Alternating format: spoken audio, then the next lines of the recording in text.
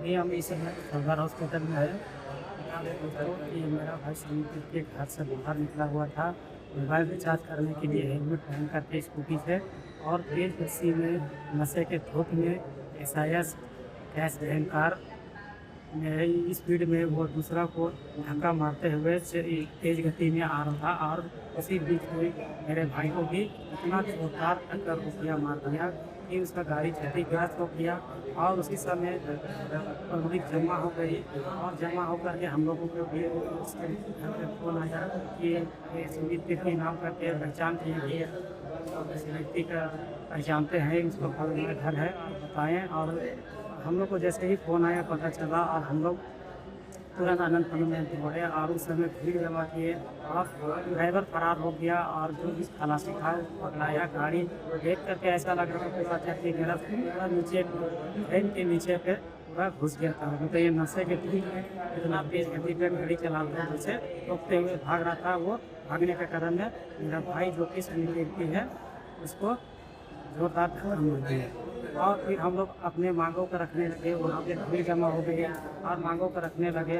फिर S P D S पे बड़ा बाबू आया, पूरा थाना पर तल बल के साथ में आए, और फिर बोलने लगे कि यहाँ पे भीड़ खाली करवाइए, तो जाने दीजिए, जो भी आप लोगों को मांग है हम लोग दिलाएंगे। झूठा आश्वासन दिए, वहाँ पे दिलाने का कोशिश करेंगे।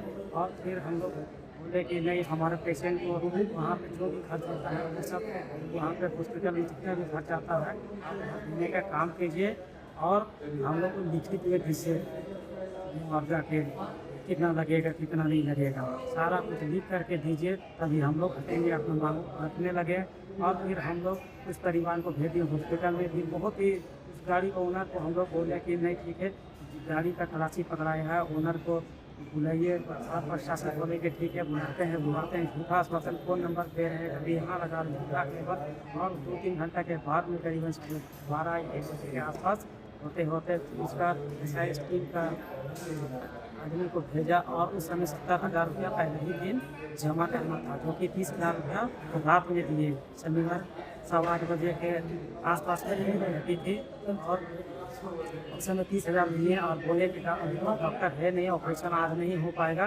कल होगा। तो हम लोग 10-11 बजे के आसपास जैसा होगा बताइएगा, नंबर दिए, सारा कुछ दिए। हम लोग बात करेंगे ठीक है, पैसा दिया है कंफर्म हो गया। उसके बाद में वो लोग 10% दे करके फिर हम लोग रास्ता करवाया, क्लियर करवाया।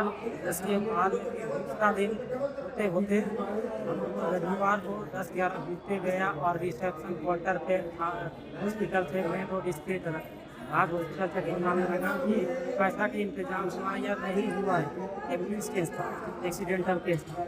और फिर उसके बाद में समय होते गया, और पैसा का बंदोबस्त भी, वो फ़ोन नंबर भी बंद कर दिए, एसपी का भी फ़ोन बंद था। और जो टीम आई थी एसआईएस गैस वैन कार, उसका भी टीम का फ़ोन स्विच ऑफ बटन में लगा, और हम लोग का समय बीतते गया, करीब शाम होना लगा। और फिर हम लोग खुद से ही पैसा किसी तरह इकट्ठा करके जो भी बकाया था केवल हम लोग 1.5-4 पैसे होकर दिए। और उसका पैर ऐसा टूट गया है पूरा, 4 दोनों पैर पूरा, मतलब फिर देखने से ऐसा लग रहा है उसको बहुत ऊपर वाला जीवन दान दिया। और हेलमेट पहना हुआ था, इसलिए ज़्यादा छोटे सिर में नहीं लगी, अभी बोल चाल कर रहा है। और फिर हम लोग सदर हॉस्पिटल में शिफ्ट किए, और फिर उसके बाद में हम लोग को शिफ्ट करने के बाद में फिर हम लोग को ना बोले कि आप पैसा दिलाने का काम करेंगे, बोले थे मुआवजा दिलाने का आते, बोले थे आश्वासन लिए थे।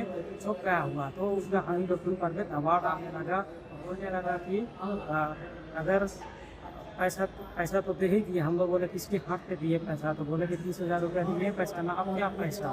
बताइए इतना सस्ता हो गया इंसान का जिंदगी कि दारू पी के कोई भी गाड़ी आए और चढ़ा दे और चला जाए। और प्रशासन की इतनी बड़ी लापरवाही कि बताइए, भूल करके हम लोगों को दिलाने के जगह में पैसा मुआवजा दिलाने की जगह जो भी खर्च लगता, ये दिलाने की जगह पे हम ही लोग के ऊपर दबाव डालने लगा। मेरे बहन को बोलने लगा कि नहीं, तो रोड जाम करने के जुर्म में तो उसका कानूनी प्रक्रिया से एफआईआर दर्ज होगा कि आम पब्लिक को परेशानी हुई है रोड जाम के क्रम में। आप भी बताइए, इस समय आपके परिवार के साथ में अगर किसी तरह का हादसा घटना घटता है तो आप क्या करेंगे इस समय पर? रास्ता जाम करेंगे या नहीं करेंगे? एफआईआर दर्ज करेंगे या नहीं करेंगे? और पुलिस लीपापोती का काम करने लगी। इस तरह फिर हम लोग अपने मांगों पे अड़े रहे। आदमी जो वाला के साथ में हम लोग गए, वहाँ पे महिलाएं थी, भीड़ जमा थी और बोलने लगे अपने मांगों को। और फिर हम लोग सदर हॉस्पिटल में एडमिट कराए। ठीक से बोल चाल हुआ है, आज इसका प्लास्टर हुआ है और फिर भी 4-5 टुकड़ा इसका हो गया है, तो धीरे धीरे इसका ऑपरेशन होगा, एक बार में नहीं होगा। अभी बोल चाल कर रहा है। तो कहने का मतलब है कि देखिए प्रशासन की इतनी बड़ी लापरवाही है, अभी बहुत परेशान भी हैं हम लोग। पैसा की भी ज़रूरत है और परेशान भी बहुत है हम लोग। तो इसी तरह हमारे साथ में मिले रहे, बने रहे।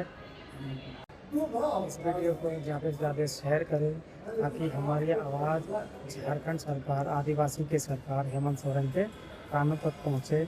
और रांची अरगोड़ा थाना जो कि लीपापोती का काम करने का प्रयास कर रहा है, जो भी हमारी मांगे हैं, जो भी हॉस्पिटल का खर्च है वो दिलाने का काम करें।